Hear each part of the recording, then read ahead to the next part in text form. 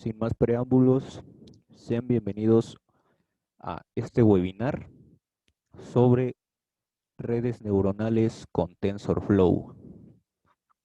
Y si bien TensorFlow es conocida como una de las bibliotecas más importantes en la parte de inteligencia artificial, que ha tomado mucha relevancia dentro de las empresas, principalmente porque brinda soluciones a distintos problemas que eran muy complicados de trabajar en base a metodologías pasadas, y esto con el fin principal de poder tener ahorro en cuanto a costos económicos, que eso ha sido la principal ventaja por la cual se han abierto tantas librerías de inteligencia artificial.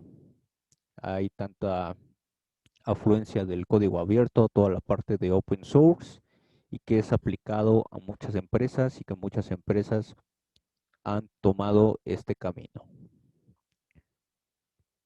Bueno, vamos a analizar primeramente en qué consiste TensorFlow. ¿Qué es TensorFlow? TensorFlow vamos a considerarlo como una biblioteca de código abierto que se basa en un sistema de redes neuronales que vamos a ver más adelante de forma teórica y con un ejemplo muy sencillo en Jupyter Notebook. Y esto lo podemos relacionar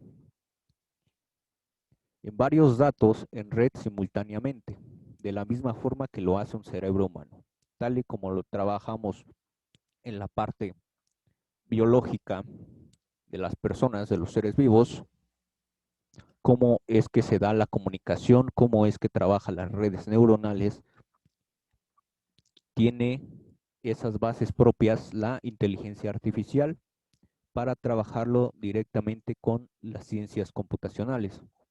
Un ejemplo claro de ello puede ser que ahora una máquina, en base a un aprendizaje, puede reconocer varias palabras del alfabeto porque relaciona las letras y los fonemas.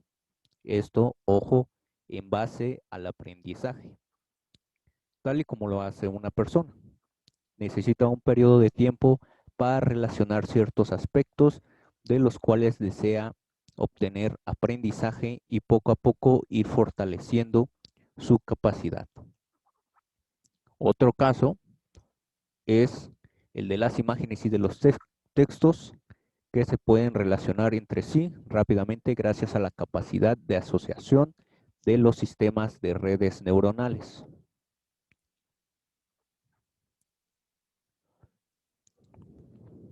Bueno, en cuanto a sus aplicaciones,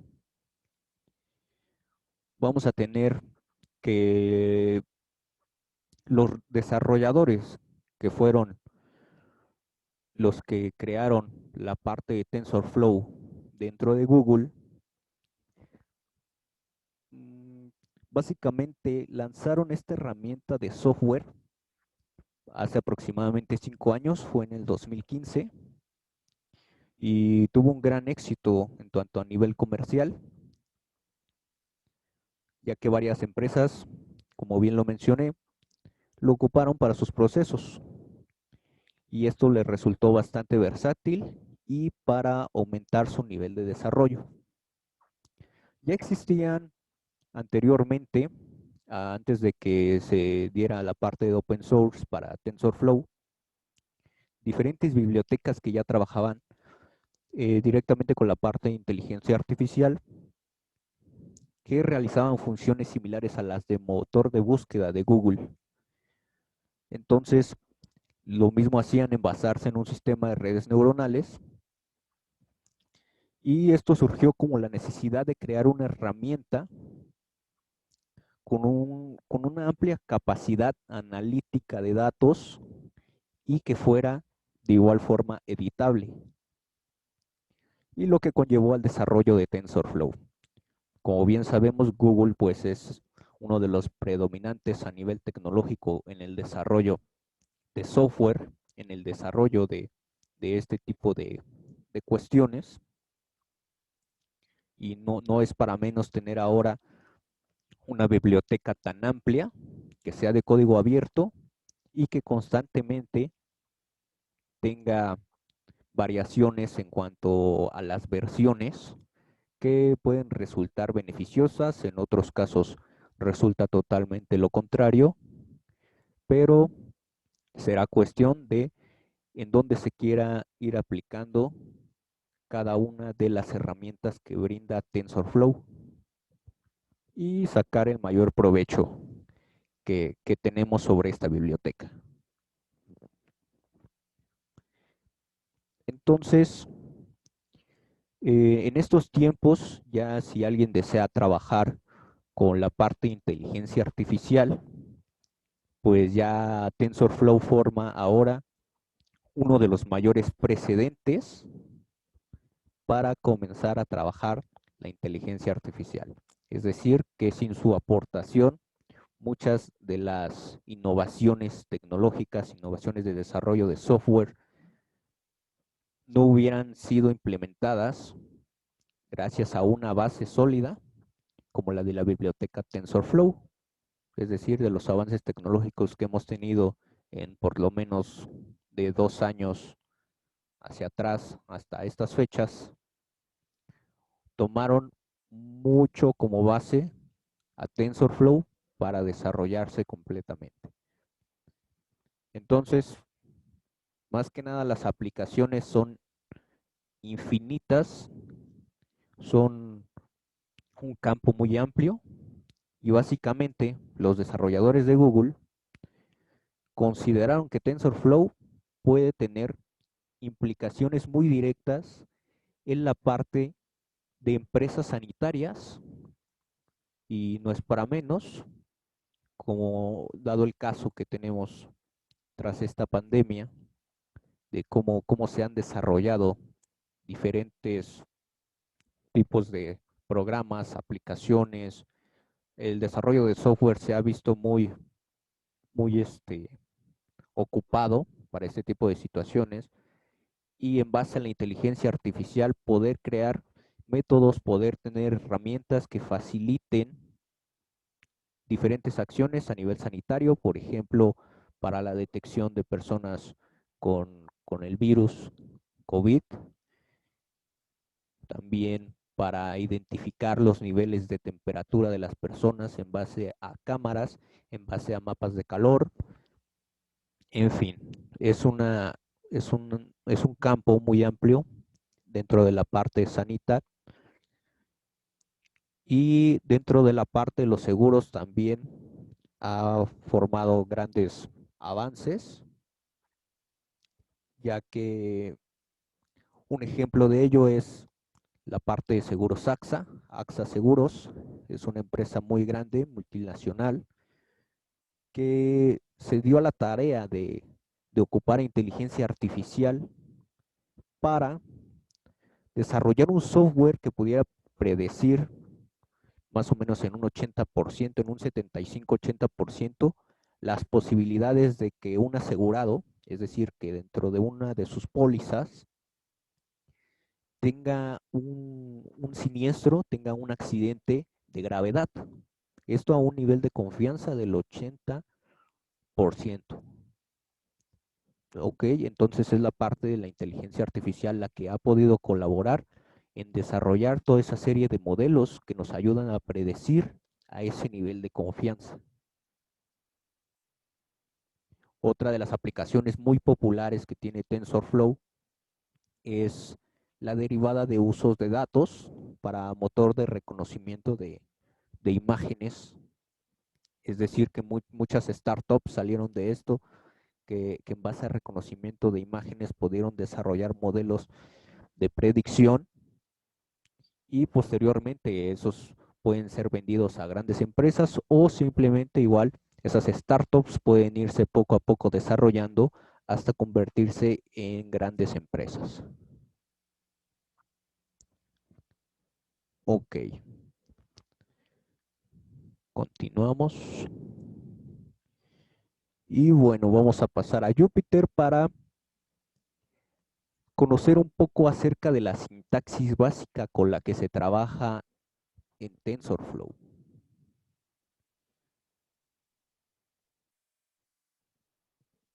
Pasamos a una notebook de Jupyter y vamos a comenzar por analizar cómo es que podemos trabajar nosotros desde la comodidad de nuestro hogar, desde nuestra computadora, una red neuronal, cómo construir una red neuronal, cómo otorgarle datos para el entrenamiento, para desarrollar diferentes modelos y cómo es la parte de esta sintaxis.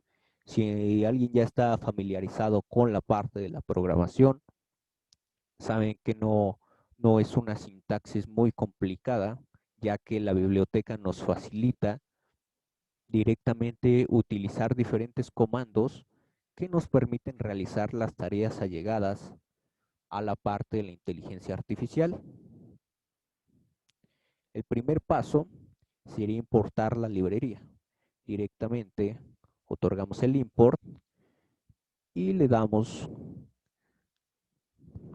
importe TensorFlow como TF, como una abreviatura, y la ejecutamos. Puede variar un poco el tiempo en que tarda en importar la biblioteca.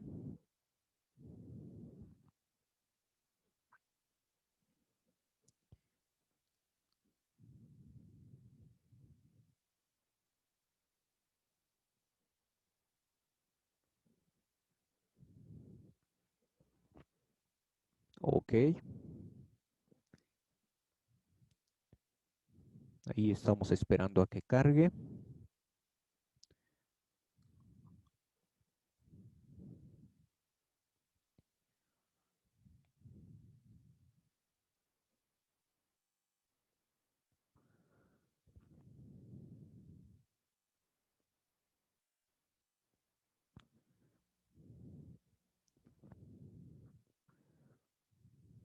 Por el momento voy a ir definiendo una variable a la que llamaremos cadena.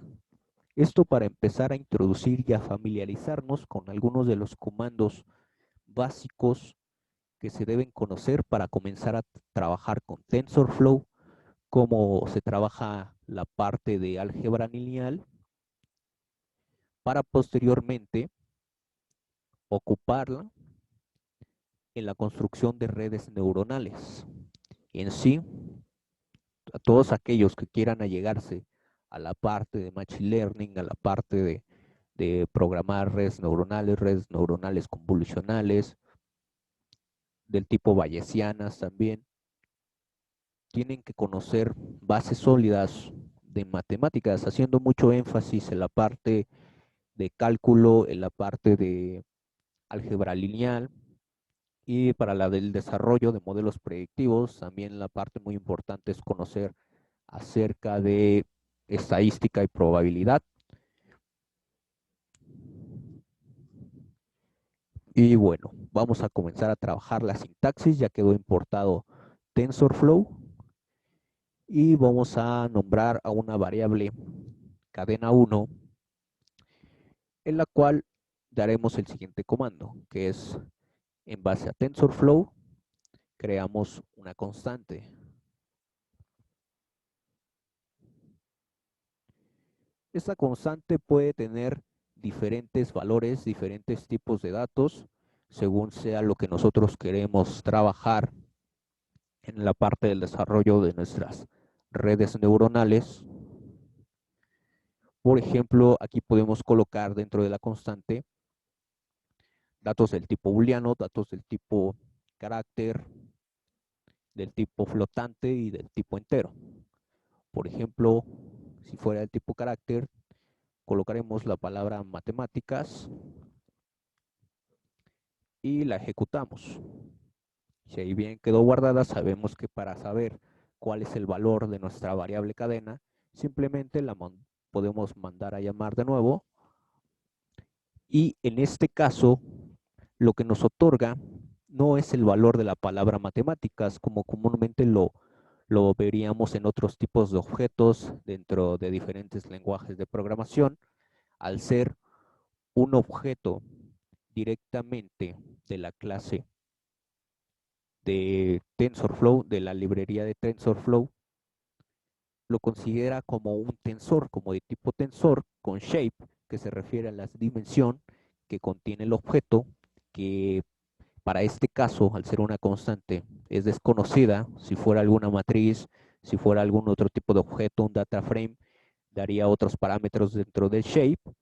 En el tipo de objeto nos está considerando que es del tipo string, que sería la parte de caracteres, la parte de palabras, la parte de letras, y se encuentra basado bajo NumPy de igual manera, ya que una de las partes muy importantes con las que trabaja esta librería es asociada a otras dos librerías muy comunes dentro de Python, las cuales son NumPy y la parte de Pandas. Esto igual lo podemos obtener por medio de print y nos obtendrá el mismo resultado, no cambia en ningún aspecto. Aquí directamente nos está dando el valor o los valores tipo string que tiene nuestro objeto en cadena 1. Y para corroborar el tipo de objeto del que se trata, como estamos trabajando directamente con TensorFlow, nos dará el mismo resultado directamente de la clase TensorFlow. Ahora bien, si no se puede trabajar directamente de esta forma, a como se hace en programación básica, en programación común, TensorFlow necesita en diferentes versiones, ya sea en la versión 1.5 y en la versión 2.0 en adelante, diferentes aspectos para trabajar, como comúnmente llamamos, ya sea directamente desde una sesión, directamente desde otro script, directamente desde de que de X o Y tipo de condición que nos otorguen las diferentes librerías. En el caso de TensorFlow y con la versión que estoy trabajando, me parece que las dos versiones es el mismo caso, pero necesitamos iniciar una sesión para posteriormente correr ahí todos nuestros comandos, todo nuestro código que vayamos realizando con TensorFlow. Esto se hace por medio de with. En el caso de mi versión de TensorFlow, colocamos el comando tfcompat, que es versión 1, y abrimos una sesión. En el caso de la versión consecuente a esta, solo se tiene que otorgar el parámetro tf.session y los dos paréntesis para inicializar la sesión. Colocamos que la nombre sesión 1, por ejemplo. Damos dos puntos y consecuentemente aquí podemos ir realizando toda la parte de nuestros comandos, toda la parte de nuestros códigos que deseamos trabajar con TensorFlow. Por ejemplo, si nosotros queremos una variable que se llame respuesta, que tiene un valor del tipo constante en TensorFlow,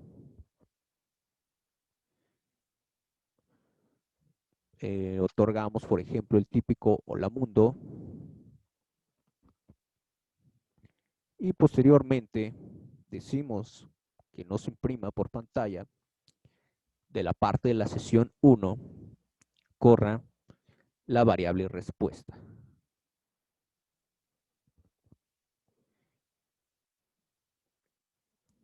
Tardó un poquito porque se encargó de inicializar tanto a la parte de la sesión, construir una variable que tuviera cierto objeto de TensorFlow y aparte hiciera la impresión del resultado por pantalla.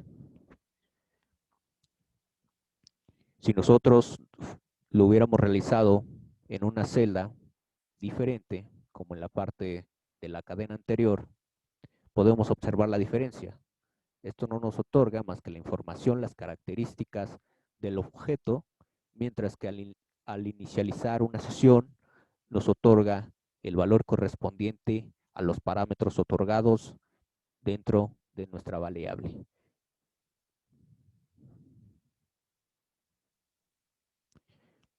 De igual forma, podemos crear diferentes variables, por ejemplo, una variable A, que sea del tipo constant de TensorFlow, que tenga un valor numérico.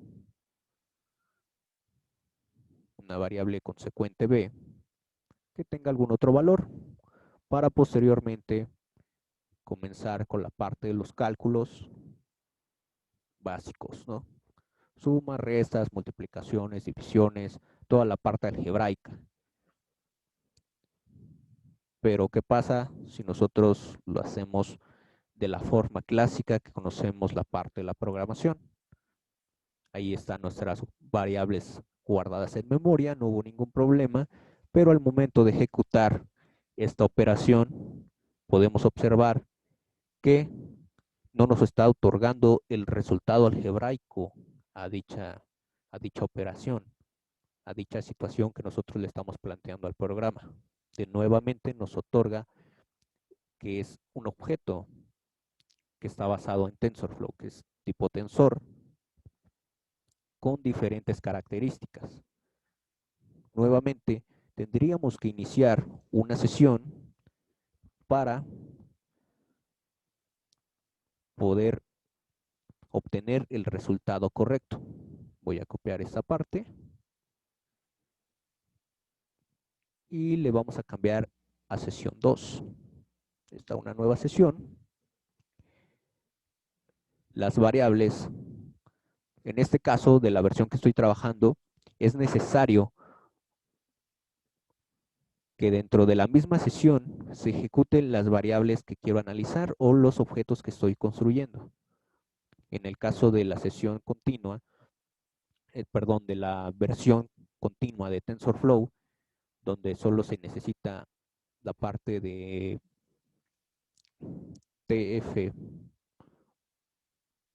tf.session para inicializar una sesión, se pueden obtener o se pueden antes ejecutar diferentes valores, diferentes variables en otras celdas y directamente nombrarlas dentro de la sesión, realizando las operaciones pertinentes, realizando lo que nosotros dictemos al programa. En este caso, sí es necesario ejecutar en la misma sesión nuestras variables y la operación que queremos como respuesta. Nuestra respuesta 2, nosotros queríamos realizar la suma. Aquí es pertinente nuevamente dentro de la sesión 2 correr dicha operación por medio de run en base a la sesión 2 que estamos construyendo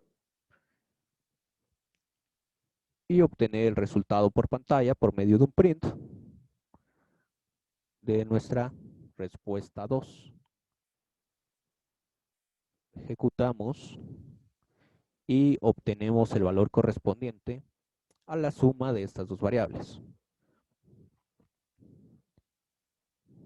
Podemos darnos cuenta que no hay una variabilidad muy grande en cómo se trabaja la parte de TensorFlow dentro de esta sintaxis básica con la programación habitual que realizamos para este tipo de operaciones básicas. Simplemente la única diferencia se basa en la inicialización de sesiones para poder trabajar dentro de TensorFlow. Ok.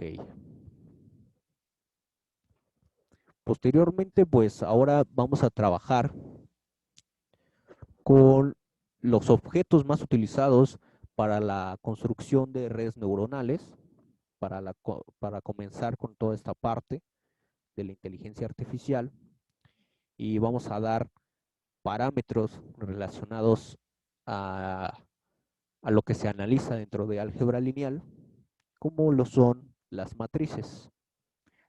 Nosotros por parte de TensorFlow vamos a inicializar una nueva sesión para trabajar de esta forma. Vamos a nombrar la sesión 3. Dentro de esta sesión vamos a definir diferentes variables y observar cómo podemos construir todos estos parámetros que nos ayudarán a construir las redes neuronales. Por ejemplo, una constante, cualquier número, algo más complicado dentro de esta parte, por ejemplo, una matriz. La construimos de forma tradicional por medio de TF, fill, donde por medio de tuplas daremos las dimensiones, por ejemplo, 6 por 6, y de parámetro 10.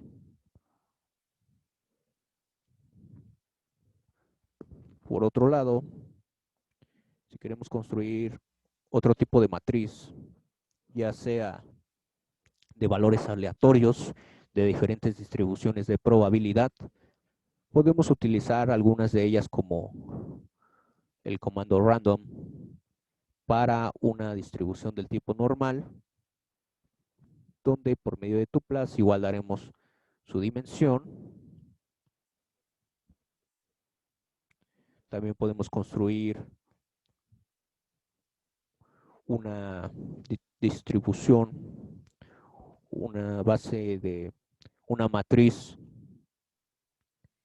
por medio de una distribución uniforme, por medio de random uniform,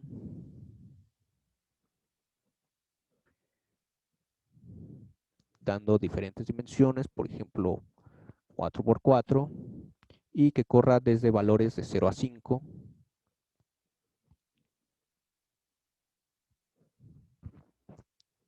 Ok. Otras utilizadas, por ejemplo, una matriz de ceros, la hacemos por medio de TF ceros, dando diferentes dimensiones. Y también la famosa matriz de unos.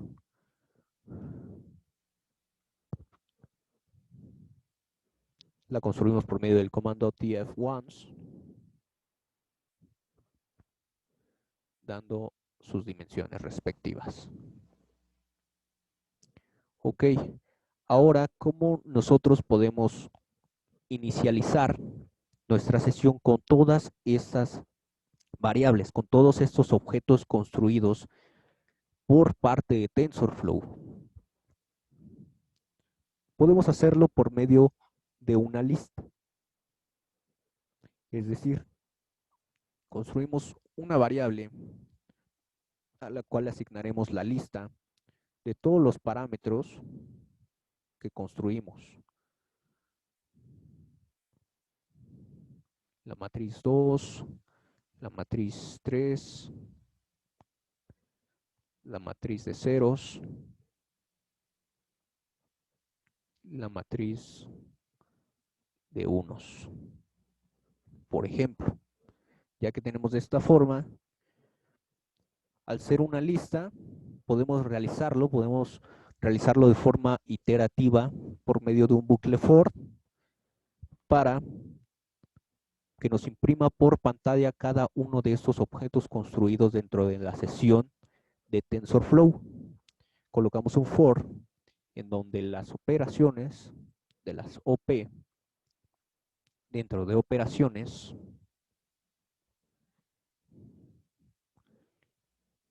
imprima la sesión 3, que es la que estamos ocupando, en la que estamos directamente trabajando, ejecute a cada una de las OP. Y para que no haya ningún problema, podemos anexar un espacio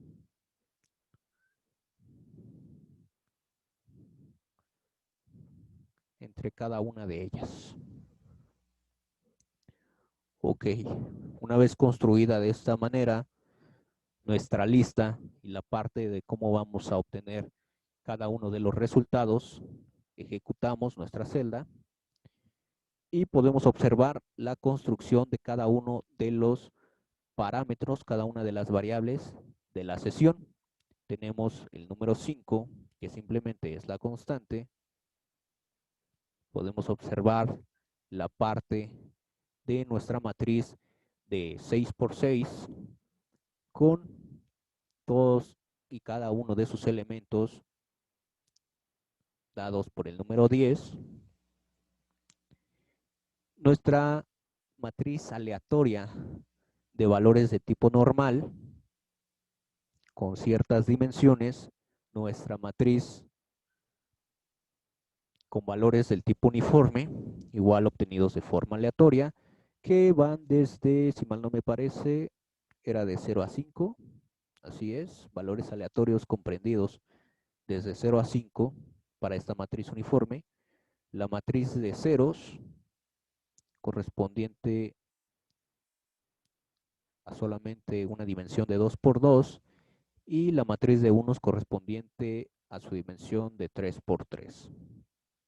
Si nos damos cuenta, no es muy complicado trabajar dentro de TensorFlow, ya que todo este tipo de objetos, la parte primordial para comenzar a trabajar con redes neuronales es conocer muy bien cómo ejecutar los diferentes objetos, las diferentes características, las observaciones, los pesos, todas aquellas variables que le vamos a otorgar a una red neuronal para que pueda realizar su trabajo, para que pueda realizar y aprender a base de la información que le estamos generando. Y bien, es conocido que en base a estos objetos básicos se le otorga la información a las redes neuronales.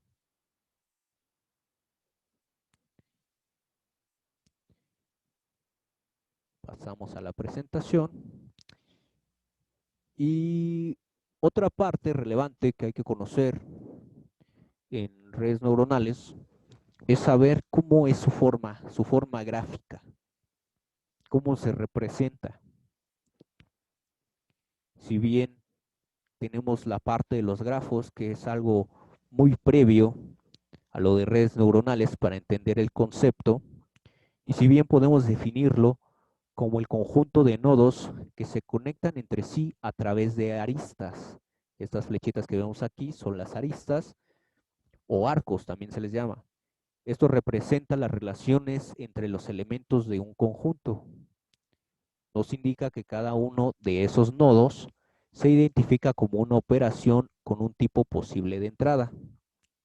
Estos, digamos, subconjuntos, estos círculos que representan a diferentes nodos, van a contener en sí diferentes operaciones, diferentes tipos de funciones, diferentes tipos de datos, objetos, etcétera, que se estén requiriendo para la construcción de redes neuronales en este caso. Y a esto además puede generar un determinado resultado.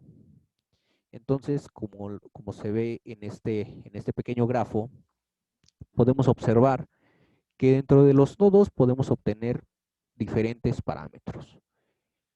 La parte de las aristas es lo que comúnmente se le puede llamar dentro de redes neuronales la parte de los tensores, la parte de los pesos que se le brindan a las redes neuronales en base a las características que se le dan, que también pueden verse reflejadas dentro de una infinidad de nodos que veremos en un diagrama más adelante, con diferentes valores.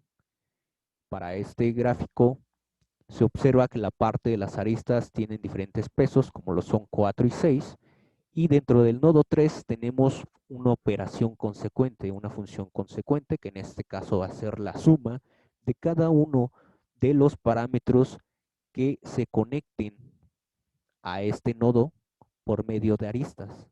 Es decir, que en base a las aristas, en base a cada uno de los tensores, irá llegando la información relevante a un nuevo nodo para construir una determinada operación, realizar un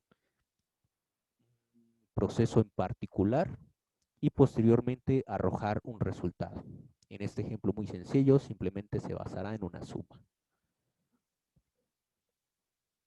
Ok. ¿Cómo trabajar los grafos dentro de Jupyter? Vamos a pasar a nuestra notebook. Añadimos más celdas y vamos a ver la parte de grafos. Es más que nada por definición. No es nada fuera de lo común, ya que podemos construirlo como cualquier otra variable. Por ejemplo, basándonos en el diagrama anterior, podemos construir los nodos. El nodo 1, que va a ser igual a un valor constante de TensorFlow correspondiente a 4. El nodo, aquí faltó nodo 1, el nodo 2, de la misma forma va a corresponder a un valor constante 6. Y si bien nosotros queremos construir esta operación en base al nodo 3, que sería sumar nodo 1 más nodo 2, y posteriormente tener el print para saber el resultado de dicha operación, nos va a otorgar en sí el valor correspondiente a la operación, que en este caso es 10, pero de igual forma nos otorga la información del objeto tensor dentro de la biblioteca de TensorFlow, que está dentro de esta clase, con una dimensión shape, un shape vacío, y que corresponde a valores de tipo entero. Como bien lo trabajamos, necesitamos realizar una sesión para ejecutar de forma óptima cada uno de los nodos que estamos construyendo o deseamos construir para nuestro estudio, para la creación de nuestra red neuronal. Por ejemplo, sesión 4, colocamos, vamos a copiar esta parte de aquí, es la misma operación, damos valor de la indentación para que no genere ningún problema.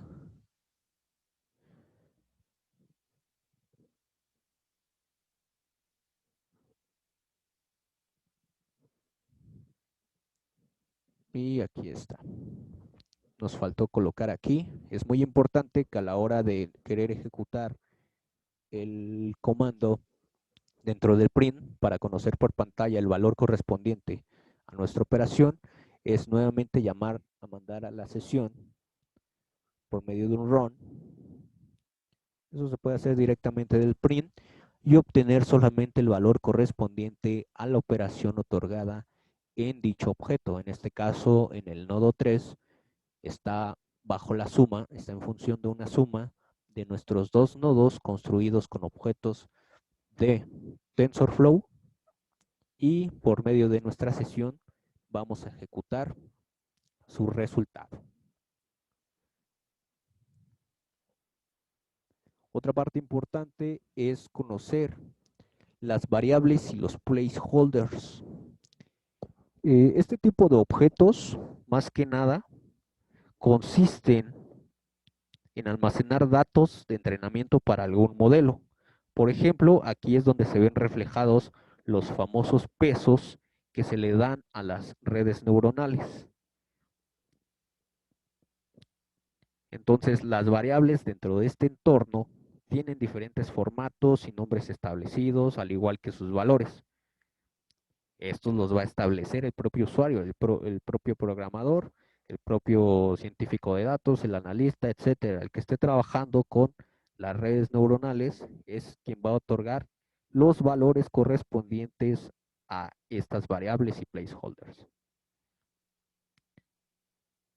En sí, los conocidos placeholders como marcador de posición van a recibir un valor relevante por parte del usuario en el momento en que el usuario ejecuta el código o escribe alguna ruta.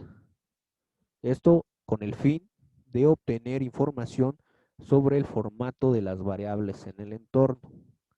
Vamos a ver unos ejemplos dentro de nuestra notebook de Jupyter para que quede más claro. Vamos a colocar aquí variables y placeholders, un comentario rápidamente. Y vamos a fabricar un tensor,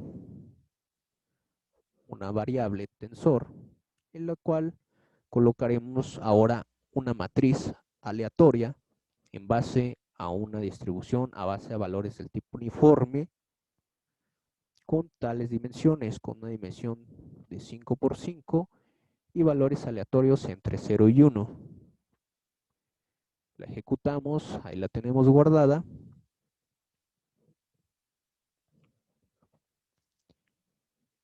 Y vamos a dar ahora un parámetro correspondiente a una variable, ya que este objeto también es propio de TensorFlow y se coloca por medio del comando def variable,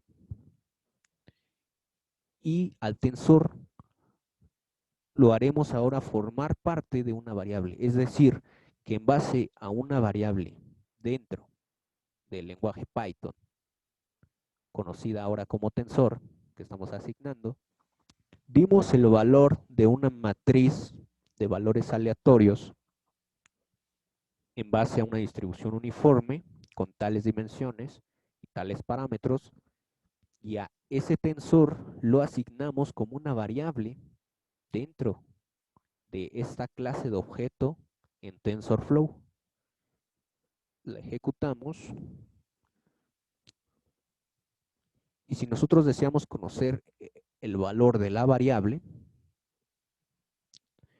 vamos a ver de qué forma nos otorga, solamente mandándolo a llamar con el print o nuevamente mandando a llamar el valor correspondiente a nuestro objeto, en este caso variable, y podemos observar que de igual forma nos otorga el tipo de objeto que es dentro de TensorFlow, las dimensiones y el tipo de dato. Al ser valores aleatorios entre 0 y 1, nos otorga valores con decimales, nos otorga valores flotantes correspondientes a tales dimensiones. Si queremos conocer más acerca de lo que es el objeto tipo variable, podemos obtener la información necesaria por medio de type y saber de qué manera vamos a ocupar cada una de las variables que vayamos inicializando dentro de TensorFlow. Una parte importante para trabajar con, con variables nuevamente es dando un inicializador.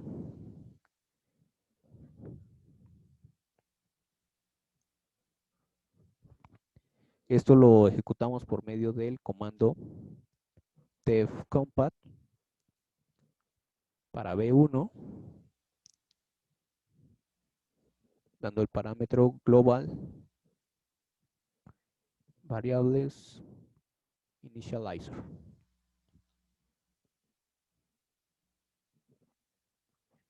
Esto es muy importante ya que nos va a ayudar a inicializar todas nuestras variables para posteriormente ocuparlas dentro de la construcción de redes neuronales. Si en sí, aquellos que ya estén llegado a la parte más conceptual y a la parte más profunda de cómo trabajan las redes neuronales, vamos a darnos cuenta que se necesita un parámetro de inicialización para trabajar un modelo concreto en base a redes.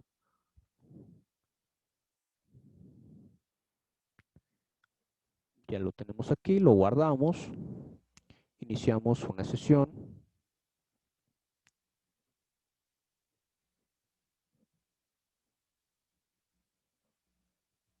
A la cual llamaremos sesión 5.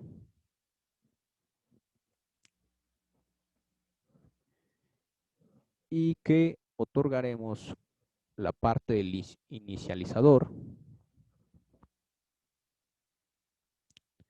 Lo ejecutaremos por medio de session run.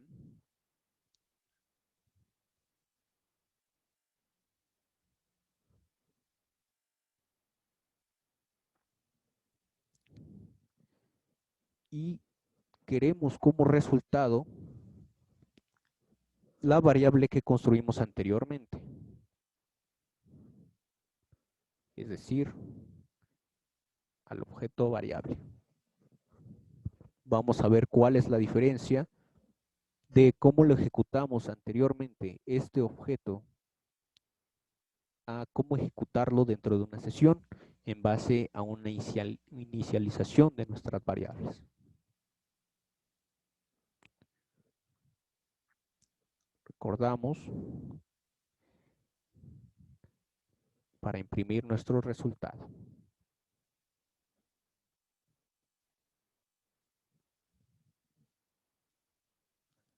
Hay ahí un error, vamos a checarlo.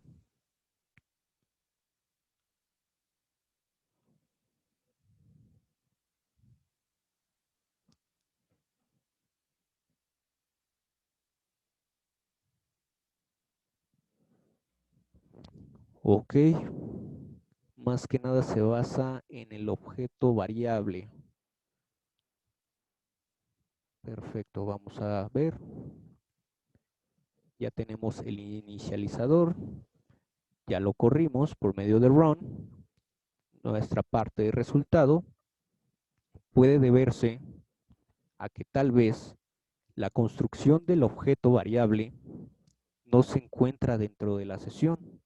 Es ahí recalcar la importancia de cómo este tipo de versiones de TensorFlow con las que estamos trabajando pueden delimitar en ciertos aspectos la parte de la ejecución de nuestras variables si no son directamente dentro de una sesión.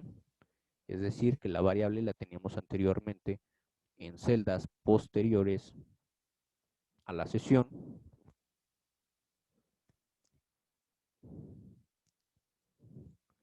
Y si la construimos dentro de session, por ejemplo aquí, damos la parte de variable, igual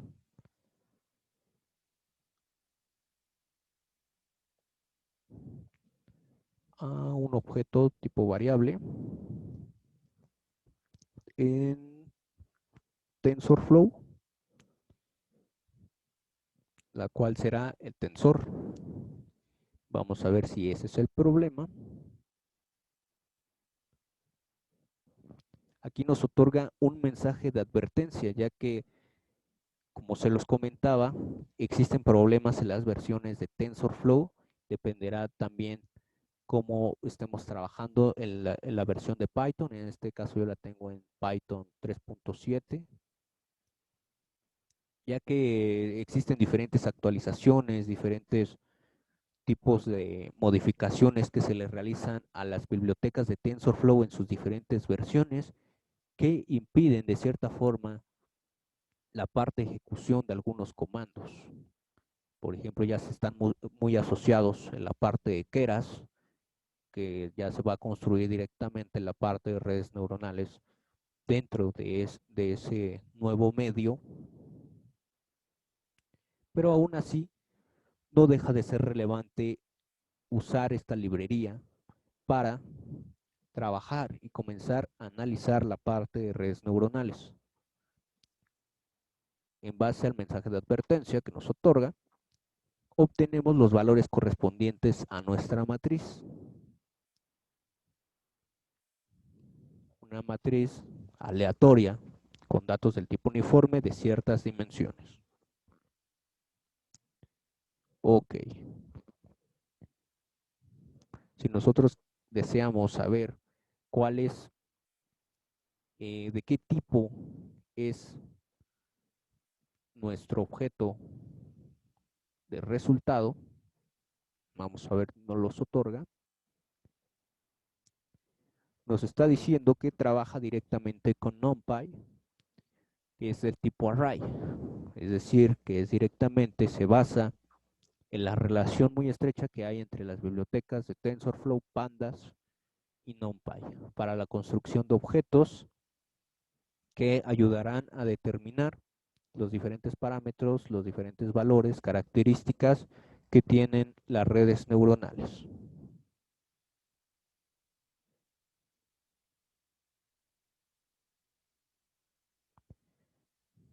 Ok. Ahora daremos paso a la construcción de una red neuronal. Vamos a conocer un poco de qué se trata.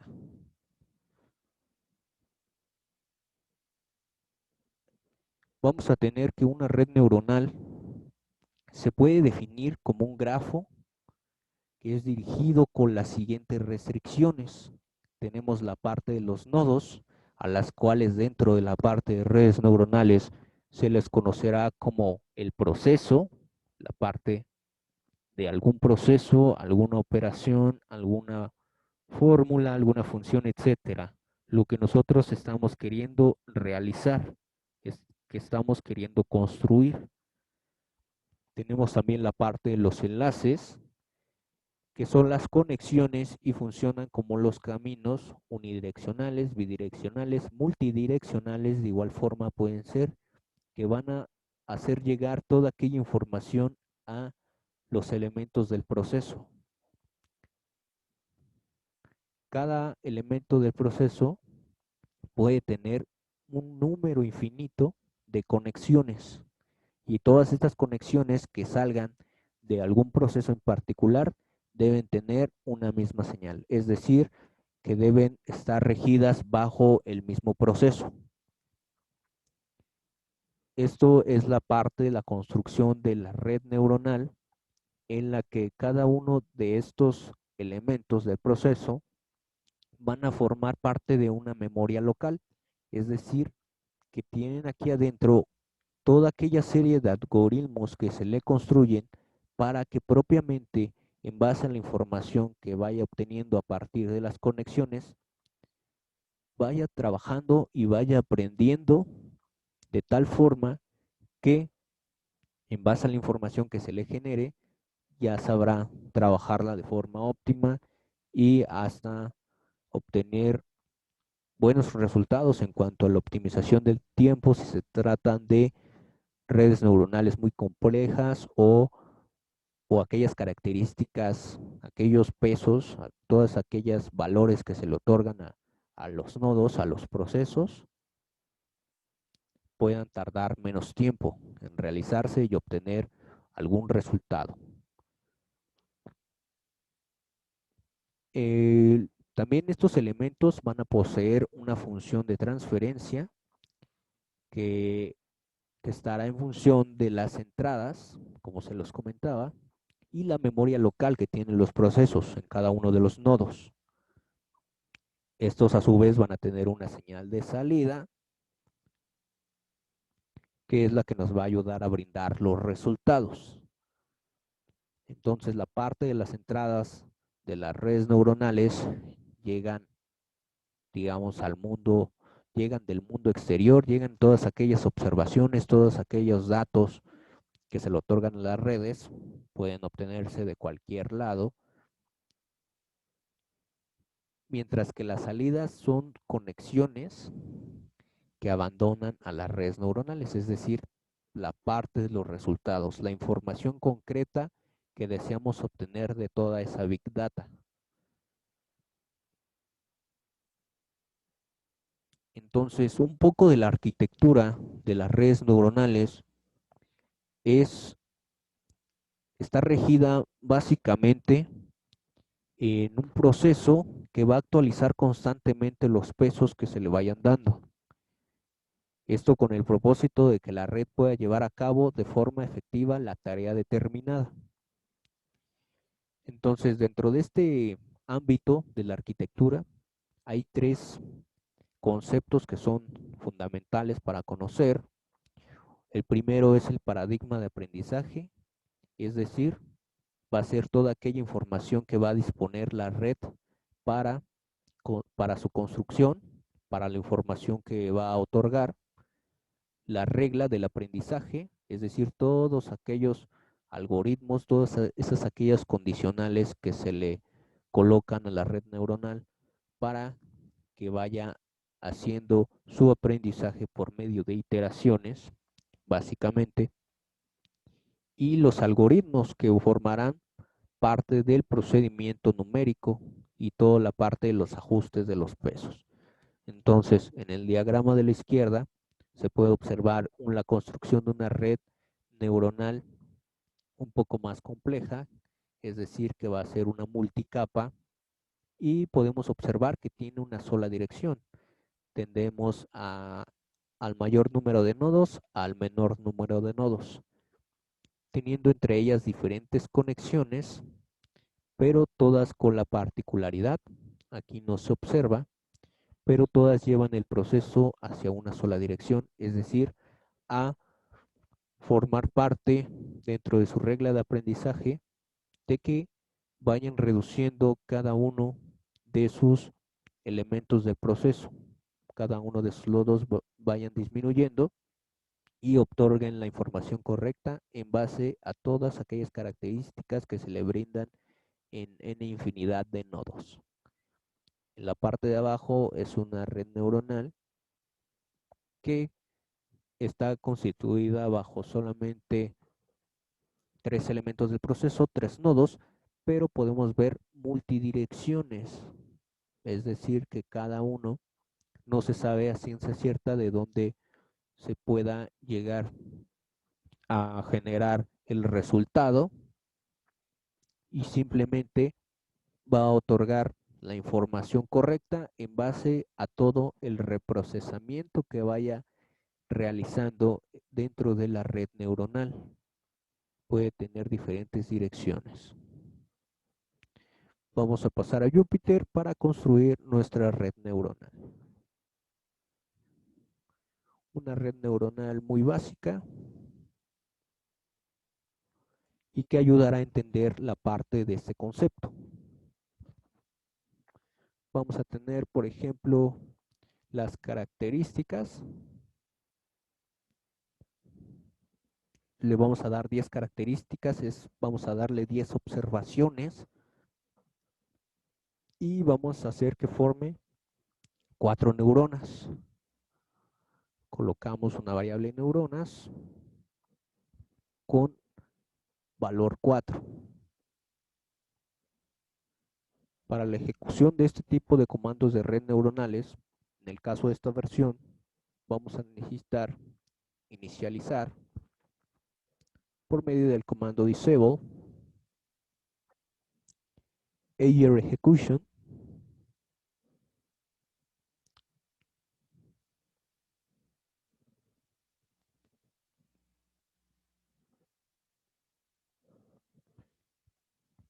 y aquí mismo vamos a denotar un placeholder al cual otorgaremos el valor de X, es decir, vamos a construir nuestras características X que daremos a la red neuronal.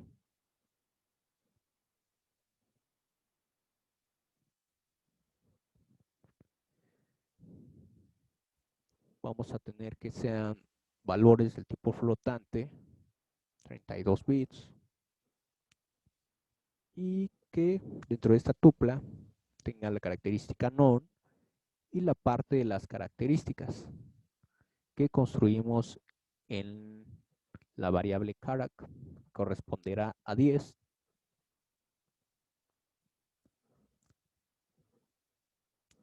y la ejecutamos. Ahí tardará un poquito la ejecución.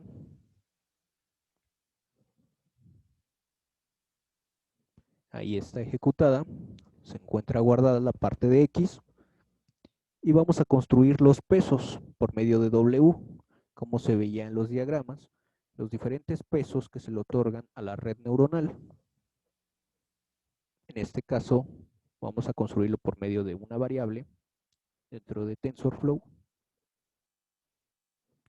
la cual otorgaremos una matriz con valores normales aleatorios dentro de una tupla bajo una lista de las características, que son 10, y el número de neuronas.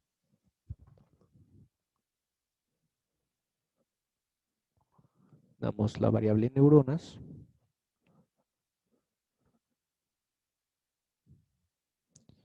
Y la guardamos. Vamos a ver. Ahí está guardada. Vamos a crear también una matriz de unos por medio de una variable que esté guardada en B dentro de una variable. Sabemos que la construimos por tf1s dentro de una tupla. Y esta variable B va a contener una matriz de unos en base al número de neuronas, que en este caso son 4. Tenemos la parte de la variable neuronas. La guardamos. Necesitamos inicializar una multiplicación por medio del comando matmul dentro de TensorFlow, en donde haremos la operación entre la parte del placeholder con los valores del tipo no flotante en base a las 10 características por la parte de W corresponderá a los pesos de los diferentes datos aleatorios dentro de esta distribución tipo normal, que es coma W, ok, y en Z vamos a tener por medio de add la variable multiplicar y la parte de la variable B. Ejecutamos. Necesitamos una activación, la cual va a ser por medio de tsigmoid para que inicialice la parte de Z.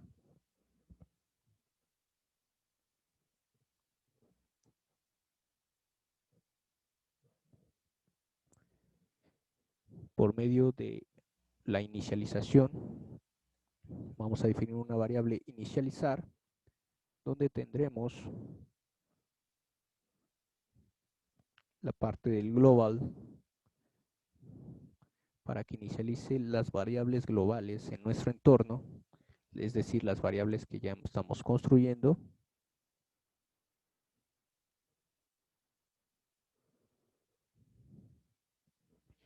Initializer, ok, que este es un concepto importante para trabajar con nuestra red neuronal. Vamos a dar ahora los valores X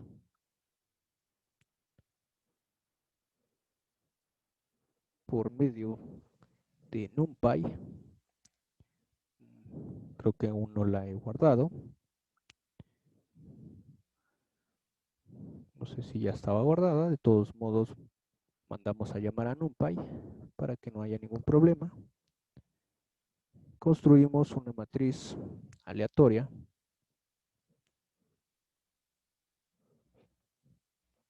en base a los parámetros de 1 a 10.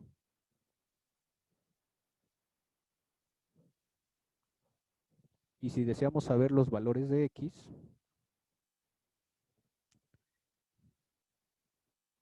de ahí los tenemos, de este lado. Ahora, para ejecutar nuestra red neuronal, vamos a necesitar inicializar una sesión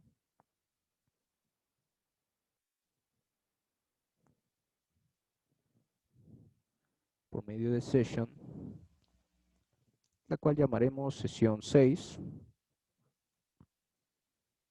donde por medio de la sesión 6 vamos a correr la inicialización, inicializar, y como resultado tendremos que de la sesión 6 igual forma otorgue la activación para nuestra red neuronal y la parte del feeddict, que corresponderá a los valores de entrada de la red neuronal por medio de un diccionario, es decir, que sean los valores de X correspondientes a los que construimos dentro de esta variable.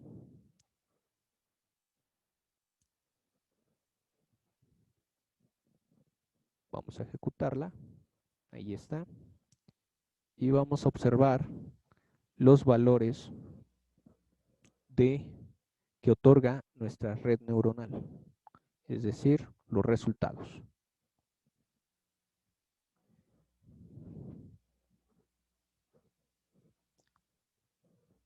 Ok, más pequeña la pantalla, ahí está. Y bien, ahora vamos a observar toda la parte de la construcción. Vamos a recapitular. En la parte de nuestras características damos los valores de 10 con 4 neuronas. Realizamos este comando de Disable Your Execution para que inicialice la parte del placeholder, ya que también en diferentes versiones de TensorFlow lo podemos encontrar como simplemente tf placeholder y le damos ciertos parámetros. En el caso de esta versión es indispensable ejecutar el Disable Layer Executions para construir un placeholder. El placeholder contiene los valores tipo flotantes con características iguales a 10. Vamos a tener la parte de W, que es lo que denotamos como los pesos de nuestra red neuronal, que están basados dentro de valores aleatorios de una normal con parámetros 10 y 4. Posteriormente construimos la parte de B, que será parte de la función de nuestra activación, por medio de una matriz de unos en base al número de neuronas. Construimos la multiplicación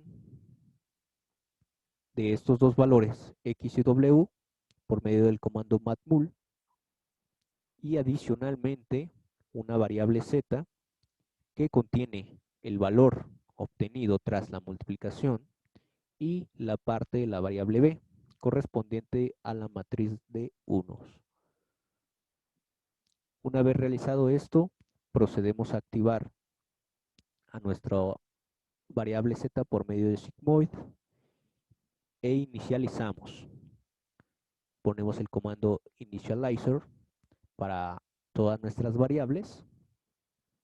Posteriormente construimos los valores X. Estos valores X son los que, decirlo de alguna manera, se le otorgan a la red neuronal, es decir, las observaciones, la base de datos, cada uno de los parámetros que nosotros deseamos para el entrenamiento de nuestra red neuronal. En este caso, pues simplemente fueron por valores aleatorios con ciertos parámetros, cierta dimensión.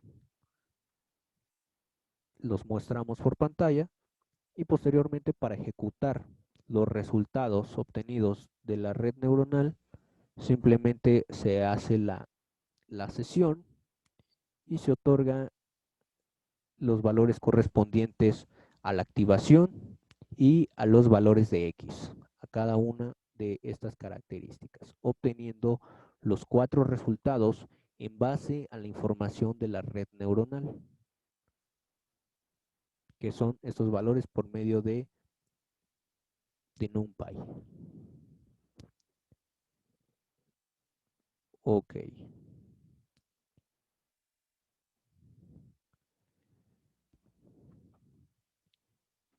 Y bueno, eso sería todo de nuestra parte. Si podemos darnos cuenta, no es complicado trabajar con TensorFlow. Es una librería que se presta para ir aprendiendo sobre la parte de redes neuronales, sobre las partes requeridas dentro de la ejecución de comandos para construir objetos, matrices, para construir listas, para construir constantes y que TensorFlow las categore como objetos necesarios para la construcción de nuestras redes. Es una sintaxis muy básica para estos ejemplos. Y bueno, no me queda más que agradecer su asistencia a todos y cada uno de ustedes.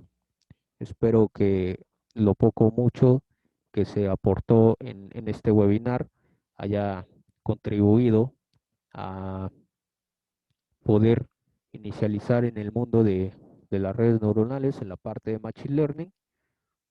Y para finalizar, me gustaría realizarles una invitación al próximo curso que estamos por aperturar para el día 7 de diciembre, que trabajaremos toda la parte de Machine Learning desde cero por medio de Python.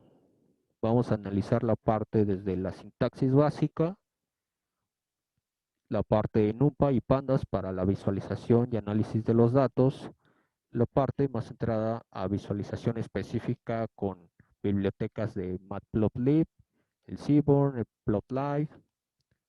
Se trabajará igual la parte de aprendizaje de máquinas, regresión logística, lineal, clustering y posteriormente se finalizará con las técnicas de procesamiento aleatorio, clustering más avanzado, la parte de K-means también y el desarrollo de la comunicación entre la máquina y el humano, la máquina y el usuario.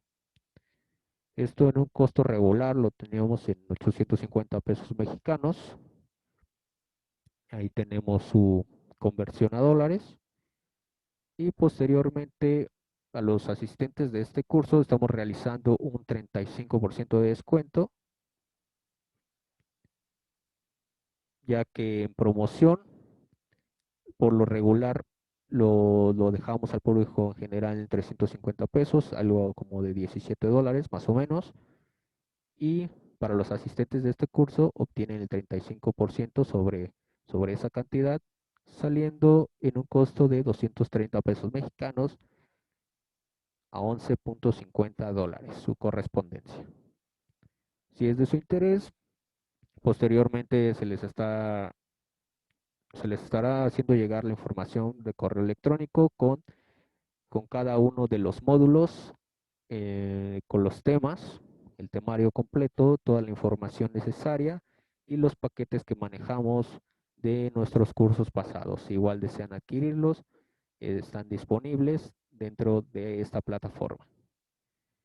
Nuevamente, muchas gracias por su asistencia y esperamos verlos en alguna otra ocasión y estar compartiendo un poco más acerca de estas disciplinas, acerca de Machine Learning, análisis de datos, la parte de Business Intelligence también. Ya estaremos realizando otra serie de eventos y promocionando algunos otros cursos. Muchas gracias.